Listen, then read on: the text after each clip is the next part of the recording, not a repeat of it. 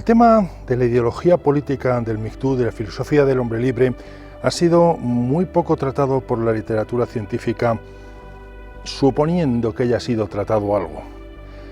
Como ya vimos en el vídeo de los hombres mitopoéticos, no existe ninguna alusión a esta, ni tampoco a los PUA, ni tampoco a los TFL en la literatura que se ha podido encontrar. Únicamente María Ángeles Rebollo decía del movimiento por los derechos de los hombres que era ultraconservador y quizá de derechas o de extrema derecha. Es de suponer, extrapolando, que si la filosofía del hombre libre, que no es una filosofía, es un intento de filosofía, proviene de una escisión del movimiento por los derechos de los hombres, también tendría alguna relación con esa ideología política muy mentada, pero al mismo tiempo muy poco definida. La idea de ser un movimiento radical le dan los pocos periodistas que se han acercado a este intento de filosofía. Algunos, como Abby Wilkinson, la vinculan con tendencias a la derecha del Partido Republicano estadounidense e incluso la vinculan con la raza blanca.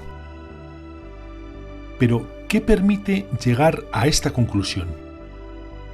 El único dato inequívoco de cierta ideología es el contenido en el manifiesto original redactado por Ragnar y Solaris. Ambos autores concluían indicando la necesidad de trabajar para conseguir un Estado limitado, una pretensión genuina de varias escuelas políticas, especialmente la liberal. Este detalle por sí solo quizá no permita colocar a todo el estilo de vida en el ámbito del liberalismo, pero desde luego no lo sitúa precisamente en la izquierda y menos aún en la extrema izquierda.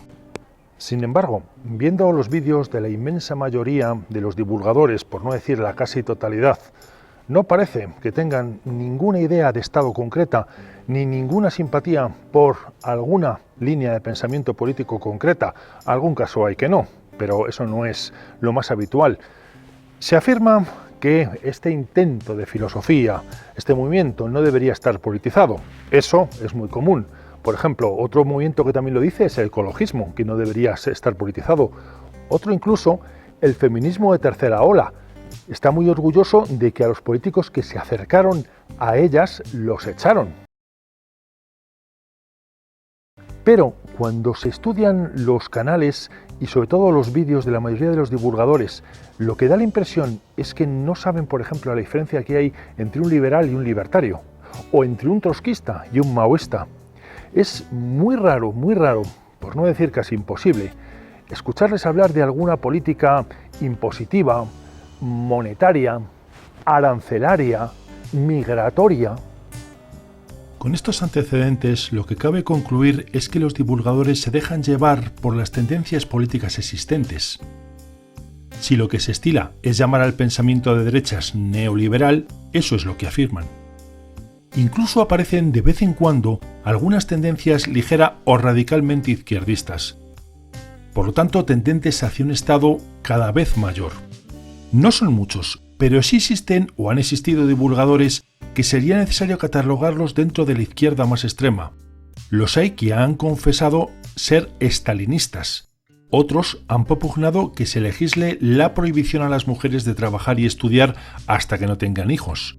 Al mismo tiempo, han coqueteado con la restauración del sufragio censitario.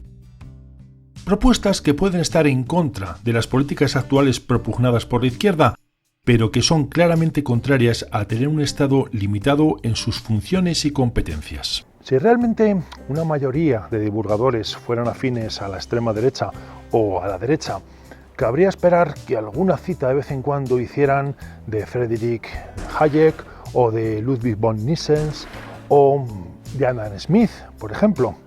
Pero esa no es la norma, ni muchísimo menos, ni citar a esos autores ni a ningún otro.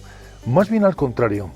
En el libro, intento de libro, de Centurión MGTOW, de medio no oficial, solo se cita a un autor, Karl Marx. Bien, el no centrarse en la política es algo muy común de foros incluso íntimamente ligados a la política como tal, la política nacional o la política internacional. Un caso muy típico son los foros de defensa, donde en algunos de ellos se dice explícitamente que allí está prohibida la política, cuando la defensa es un arma más, una herramienta más, una rama más, donde se expresa el poder político. Pero a pesar de todo, esos foros, para evitar problemas en la caja de comentarios, en la discusión, para evitar altercados, han decidido retirar todo lo posible la política.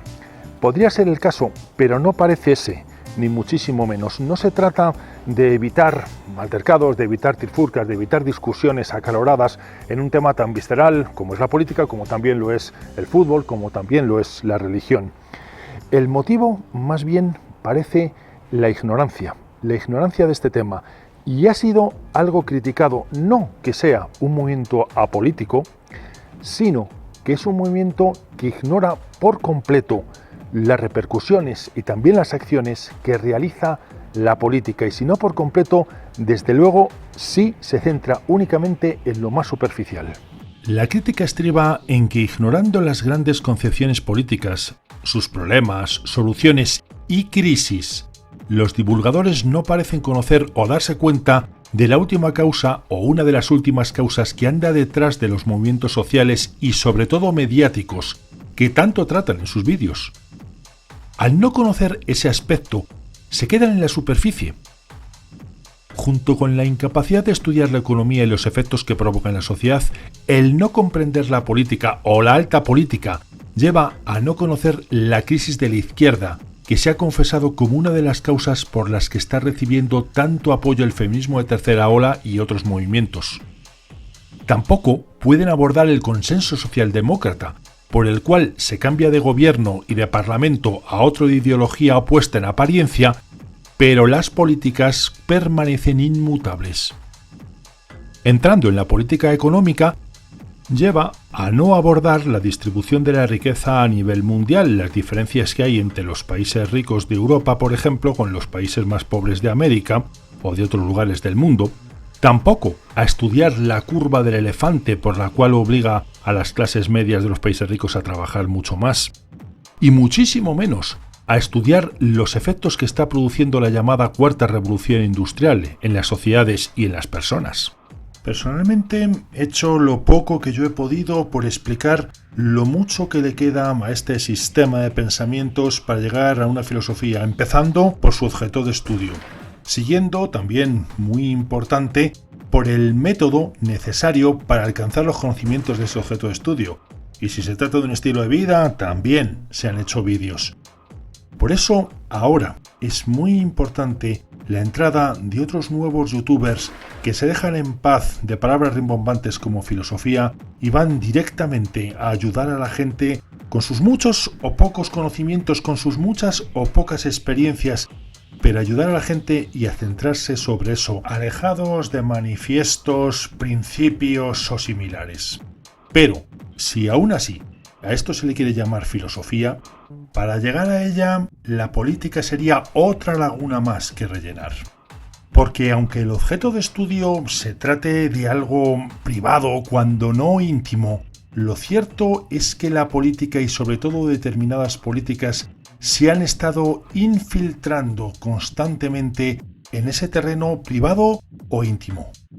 El hecho de ignorar la política, porque no se trata de dejarla fuera deliberadamente, sino de pura ignorancia sobre los grandes planteamientos, las grandes familias políticas, los grandes crisis, los grandes problemas que tiene la política, lleva como mínimo a un diagnóstico parcial de la situación, cuando no erróneo, por falta de datos, por falta de sustrato. Así se concluye echarle la culpa de todo lo que está pasando a la mujer, o incluso más todavía, a la hipergamia de la mujer, cuando puede ser una de las causas, pero ni mucho menos la única, y a veces no tampoco la principal, porque pueden haber muchas otras, y de hecho hay muchas otras, pero analizarlas quizá llevaría a un tema demasiado complejo. Es mejor dar una respuesta, dejando aparte si es correcta o no, dar una respuesta simple, que no por ello sencilla, y sobre todo culpar a otro.